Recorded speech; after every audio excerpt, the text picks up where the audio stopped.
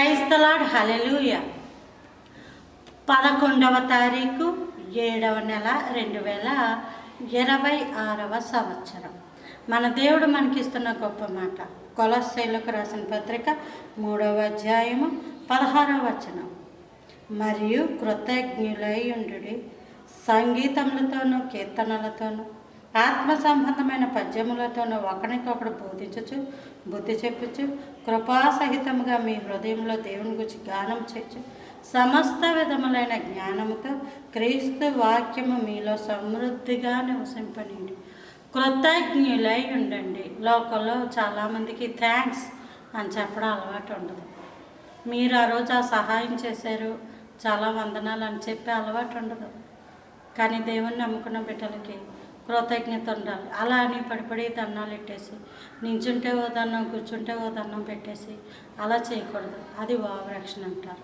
కాబట్టి ప్రభువు దగ్గర కృతజ్ఞులై ఉండాలి. ఇదంతా కూడా దేవుడి దగ్గర ప్రభు వారికి వందనాలు చెప్పుకోవాలి.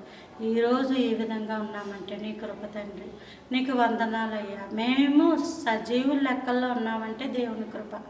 ఆహారము తింటున్నామంటే దేవుని కృప. ఎక్కడ ఉన్నామంటే దేవుని కృప. ఈ టీవీలా మాట్లాడుకుంటున్నానంటే ఇది దేవుని కృప.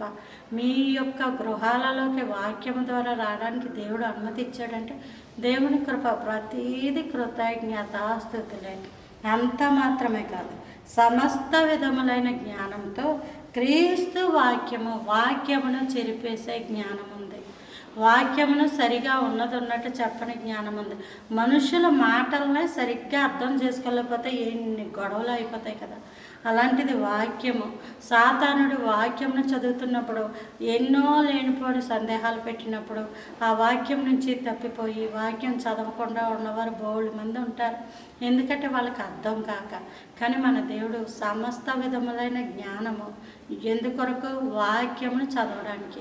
ఆ చదివితే ఏమవుతుందంటే నువ్వు ఏదైతే చదువుతున్నావో అప్పుడు ఆత్మ నివసిస్తుంది. ఆత్మ నీలో బలం పొందుకుంటుంది. ఆత్మకి బలము వాక్యమే. Praise the Lord. హల్లెలూయా.